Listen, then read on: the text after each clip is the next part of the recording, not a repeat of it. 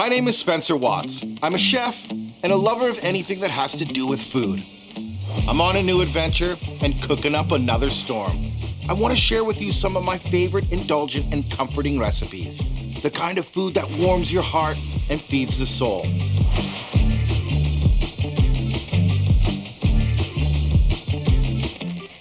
There will be some twists on old classics and also some new fun ideas that you can share with your family and friends.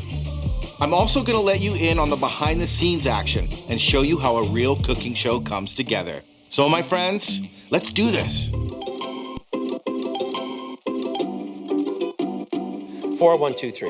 Okay, and if we could, before lunch, manage to get the Blondie swap with the frosting and everything in the fridge before we go for lunch, just for continuity's sake. Mm-hmm. When we come back for lunch, it'll be set, and I can cut that one. I won't have to cut the one from before. And Mark, do you have any questions about continuity from your side with getting the ingredients ready and everything? I think I'll be good. I have everything ready. Okay. Okay. One of the things we juggle with while making a food television show is continuity. Sometimes there's coffee cups left in the background. Sometimes the director will leave his script in view of the camera. All these little things have to be accounted for, watched, and managed when you're making a food television show. Comfort Food, episode 28, act 1, take 1. Yeah, awesome. You're good, Spencer? Let's do it. Today is all about this sweet stuff. So I'm gonna make my version of Nana's popcorn cake with roasted almonds and even a chocolate drizzle. I'm also gonna make a fast and easy toasted coconut pudding with tropical fruit ambrosia salad. But first, I'm making orange and caramelized white chocolate Blondies with candied orange and cream cheese frosting. Orange and caramelized white chocolate brownies. Deliciousness level off the charts. Sorry, Spence. Yeah? Can you guys play that back for a second? Okay. Orange and caramelized white chocolate brownies. I said brownie a lot when I should have said Blondie. But good thing we have a director and he stopped us, brought us over to the monitors. We just kind of had to look at our footage, see where I made my mistake, fix it, and move on. It happens. Orange and caramelized white chocolate Blondies. Deliciousness level, it's off the charts. It's the GOAT, greatest of all time, and it all starts with white chocolate. It's not like regular chocolate chips. This is made with cocoa butter, sugar, and milk solids, and guess what? You can roast it. Yes, you can roast it. So what I like to do is get the chips on a tray, oven's at about 350, and it's gonna go in the Blondie and on top of the Blondie and right in here and right in here, and it's delicious. So step 1, roast your white chocolate. You just wanna middle rack until it turns nice and golden brown. Caramelized white chocolate, game changer. So you might be asking yourself, right about now, what's the difference between a Blondie and a brownie? Well, a brownie relies on cocoa for its flavor, and a Blondie relies on brown sugar and vanilla. So brown sugar and lots of melted butter. And then into that, you want to put the vanilla in it. You can use vanilla seeds. I'm using this vanilla paste. This one's made with vanilla pods and bourbon, so it's got a little kiss of bourbon in it. And a little shot of orange liqueur, and then you want to mix this part up. It already smells so good. Vanilla, brown sugar, orange. You could do this with a hand mixer if you want, but a whisk in a bowl, no drama. Okay, so once that's mixed up, then you want to put your eggs in, and then this is where you really want to beat it up. You want it so it's really nice and light and creamy. It's gonna change in color and become really nice and light brown, but you wanna whisk it and let the sugar dissolve. So really beat it up.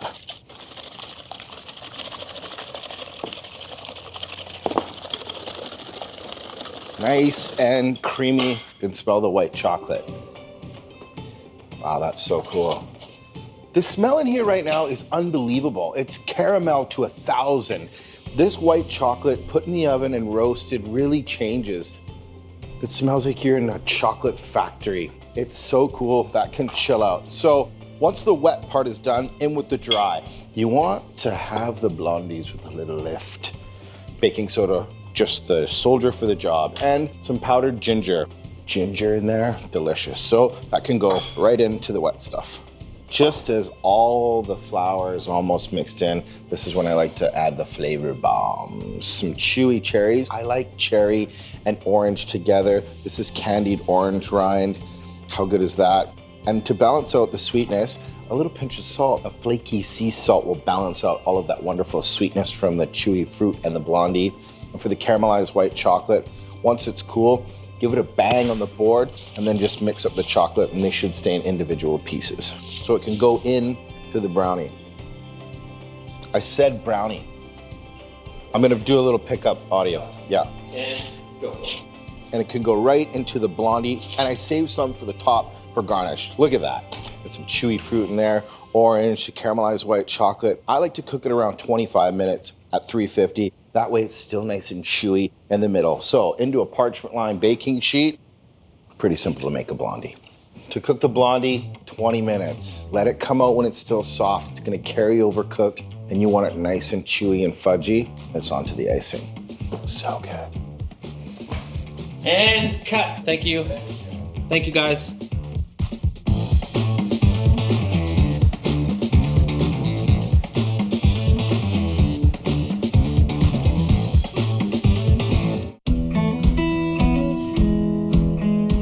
Done is feeding. Okay, here we go. Thank you. And Blondie. Action. Blondie's out and cooled to room temperature. Okay, look at this. I'm gonna take it out. I'm gonna show you what I was talking about. You wanna take it out early. The carryover cooking is wild. It will continue to cook even when it comes out of the oven. If you peel off the parchment here, check this out. It's got such a beautiful crust around the edges.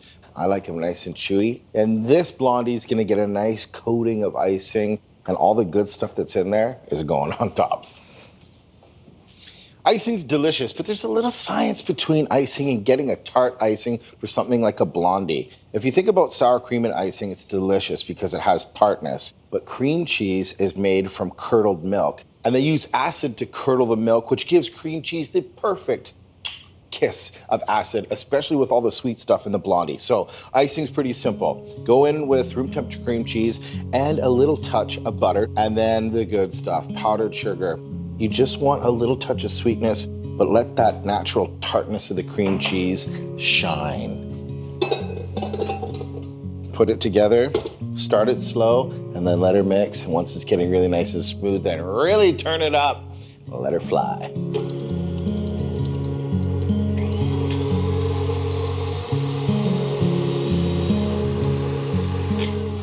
So the more you whip it, the more light and fluffy the icing's gonna get because you're introducing a ton of air. But there's a good balance, really nice and creamy, 3 ingredients, a little bit of clever cooking, delicious. Want to get a nice even coating on the Blondie. I like doing the drop method. You just drop little plops of icing all around. And then when you spread your spatula over, it picks it up. It'll help you get a nice even coating on top of anything, especially a Blondie. Let's be honest, you're gonna want all the icing on it. And this is gonna help you a lot. This is just an offset spatula. Start in the middle, and then I like to bring it out to the 4 edges, just like that. You want it to touch the edges, kind of like you're making an X.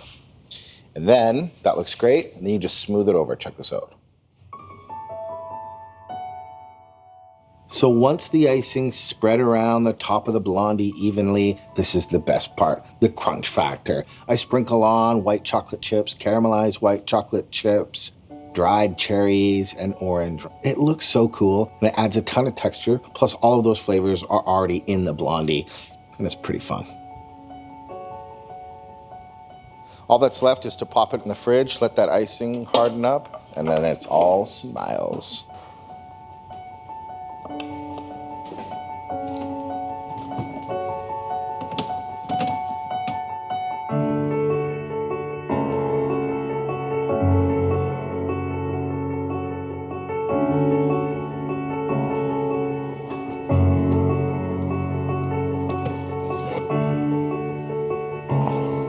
It looks amazing. The icing is firmed up. And wait till you see the inside.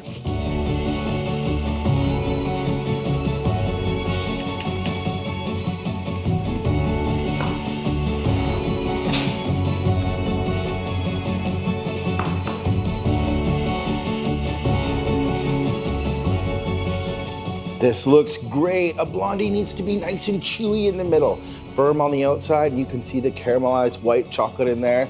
And it gets that texture from whipping air into the sugar and the butter. And take it out early. The best cookies are chewy cookies. So don't take it out when you think it's done. Take it out before you think it's done, and you'll have some great texture. It looks so good. It's sublime. Everything in there is in sync, from the chewy oranges to the icing to the caramelized white chocolate. It is so good. It's one band playing the same song. My goodness, Blondies. Game changer. Awesome. Okay, I know we all waited forever, but let's have one. How many times did I call it a brownie throughout the day? 155? Yeah. Around that. This next dish is all about fun. It's a popcorn cake. You heard it, a popcorn cake. And it's stuffed with anything that you can find at a candy store.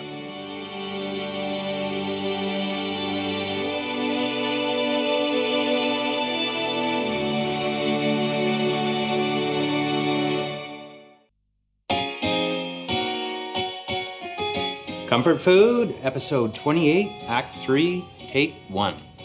Let's rock and roll. This is how you ice. What? You know, this happens a lot, actually. Oh, there's a script back there. Haha. Okay, here we go. The director leaves his papers everywhere. Script here, script there, script wherever I want it to be. It's usually in view of the camera. But we got him today. I think all comfort food comes from a place of deliciousness and nostalgia and traditions. And my Nana made popcorn cakes. If you don't know what a popcorn cake is, think of it as a rice cereal treat, but there's no cereal. It's made with popcorn and zero rules. She put all sorts of stuff in her popcorn cake, and I'm keeping this tradition alive. So mine starts with regular popcorn and caramel popcorn. My Nana always put sweet, nutty almonds in there, so I'm gonna do that. And she also put candy in there. The candy and the nuts and the popcorn were super delicious, so I'm putting jubes in mine. My brother makes these, but he picks out all the jubes except for red because he's crazy. I love you, Travis. But that's basically it. This is the fun part. There's really no rules. Your passport to flavor is open, so stamp it and fly around the candy shop when you're making a popcorn cake. And then the rest is really like a treat cereal bar. Lots of butter, turn it on, and marshmallows. I love using the small marshmallows. They melt a little quicker than the big marshmallows, and it's just fun to stir it around. And they can go in at the same time. And you wanna mix the marshmallow and the butter around till it's really nice and smooth. The marshmallow and the butter is the glue for the popcorn cake, and I always love mixing it. I love seeing the marshmallows go from those full marshmallows. They start to break down and mix with the butter, and then when it gets silky smooth, it's just a fun process. When you dump everything into the hot marshmallow and butter mixture, you gotta work fast. You might put on a little bit of a sweat, but this is the hardest part about a popcorn cake. You really wanna mix that marshmallow in with everything, keep it on the burner. It'll keep everything nice and warm so you can get it sticky, gooey, and ready for the form. This thing looks epic. Popcorn cake. Here's a little tip. Don't put it in the fridge to cool. Popcorn cake doesn't like moisture. Just let it hang out at room temp for a couple hours till it's set and you're good to go. So this popcorn cake is usually where my Nana would stop. It's got the 5 food groups: popcorn, marshmallow, jube, nuts, and then I'm gonna add chocolate, which is the 5th food group for a popcorn cake. That sounds crazy, but it's totally true. And to make a chocolate sauce, it's very simple. So heat up some good old-fashioned heavy cream. And cinnamon is delicious, not only with chocolate, but with all that sweet stuff. A little cinnamon there gives it like a little savory feel, and you wanna sweeten it up. So a little touch of white sugar, and then the balance between sweet and salt. If you just sneak a little salt in there, it's gonna be a really good cream sauce. Get this warm, and then it's just as simple as pouring over the chocolate and mixing it around. So once it's come up to temp, you just pour it on the chocolate chips and whisk it till it's smooth.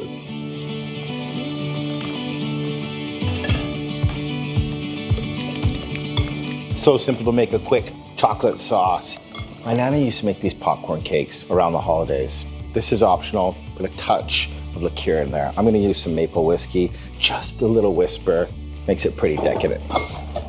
And then it's time to drizzle on a popcorn cake. Check this thing out. Popcorn cake, look at this thing.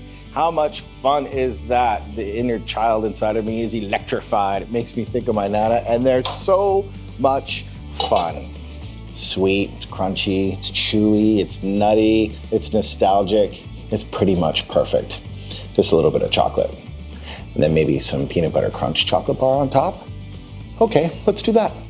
Comfort food is all about nostalgia and tradition, and making a popcorn cake for me is like going full circle.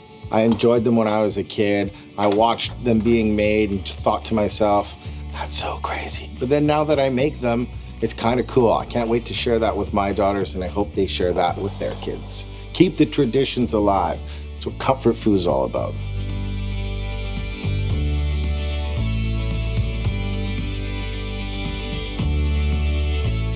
Wait till you see the inside.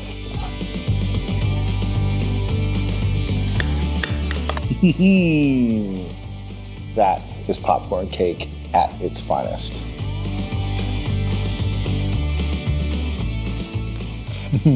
Food can be a time machine. And this popcorn cake right here. I'm a little boy running into my Nana's house around Christmas time, looking at all those popcorn cakes lined up for the family, thinking to myself, do we get one? Yeah, kid, you get one. So good.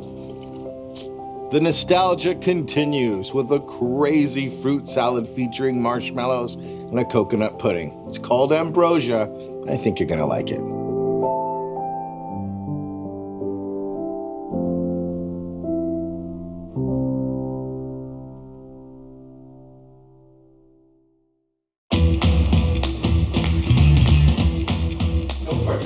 Comfort Food, Episode 28, Act 4, Take 1. Action! Ambrosia salad. If you don't know what it is, you're gonna learn today. It's a magical fruit salad with marshmallows in it. Trust me, I'll get us there. This salad is grounded in 1950s Americana, and just imagine what would go in here. Ambrosia salad. But first, I'm gonna make a coconut pudding for the salad to sit on. And it couldn't be any easier. Lots of the sweet stuff, brown sugar. So the liquids is a shot of milk and some coconut milk. I like the coconut milk with lots of fat in it because I find it gives the pudding a great texture. The easy part about this pudding is it all goes in at the same time. Butter, really nice flavor. And then the egg is gonna make it nice and creamy along with cornstarch. So you can put the whole egg in there and then the cornstarch. Look at how easy this is. Shredded coconut for texture. I use sweetened coconut. And to balance out all the sweet stuff, a little shot of salt. And this thing, this is a vanilla bean. And to get at the seeds, pretty simple. I take a paring knife, split the bean right down the middle. And then once this pod opens up, there's some magic little seeds in there, and you can just scrape. And what you're left with is vanilla in its finest form. The fun part about this coconut pudding, you put it all in the pot at the same time, fire up the burner, and then just whisk it. You want to cook it for 5 minutes till it's nice and thick, pour it in your vessels, and let it set. And then it's on to the ambrosia salad. That's how simple it is to whip together a homemade coconut pudding studded with vanilla bean seeds. It smells so good. So pudding's not, essentially in an ambrosia salad, but there is coconut, so I thought I'd deconstruct it a little bit and have the base as coconut pudding and then that wonderful fruit and marshmallow salad. I know that sounds crazy, but when you see it come together, you'd be like, yeah, I get it. That's pretty cool. So coconut pudding into your favorite glass. Look at how nice and thick it is. It's gonna be a great base. This is what I like to do, just tamp it down a little bit. That's gonna be so good. Let it chill out. Then you're eating the ambrosia salad and all of a sudden you get to coconut pudding. Whoa, sunshine.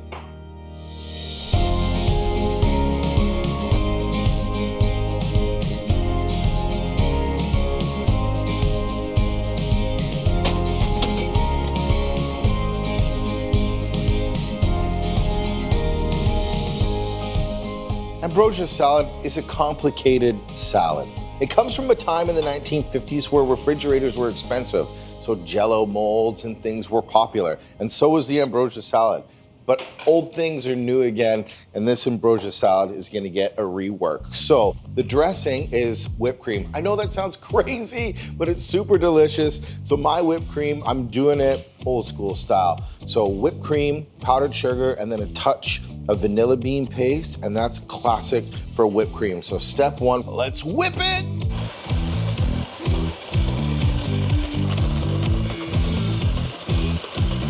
The ambrosia salad is wildly crazy, but like anything in cooking, it's all about balance. I like using fruits that are tart and sweet, like oranges and strawberries and pineapples. I find that mixed with the sweet marshmallows and the whipped cream give you a bit of balance. And cherries, you gotta put cherries in it. Whether it's maraschino or beautiful black cherries soaked in French brandy, it's essential in an ambrosia salad. That's pretty good. All the little pieces glowing in the summer sun, we'll catch them one by one. I'll go anywhere the wind blows, or any way the water flows. For you, I'm holding on.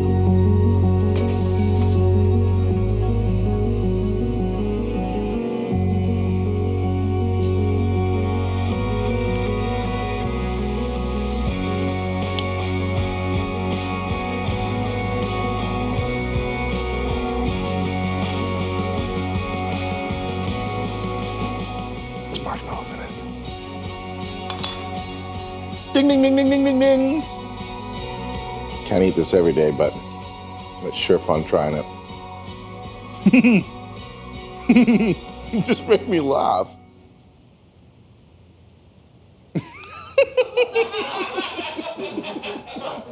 I don't know why I'm laughing. We're crying a bit. Oh, seriously, I got a tear in my eyes. Okay.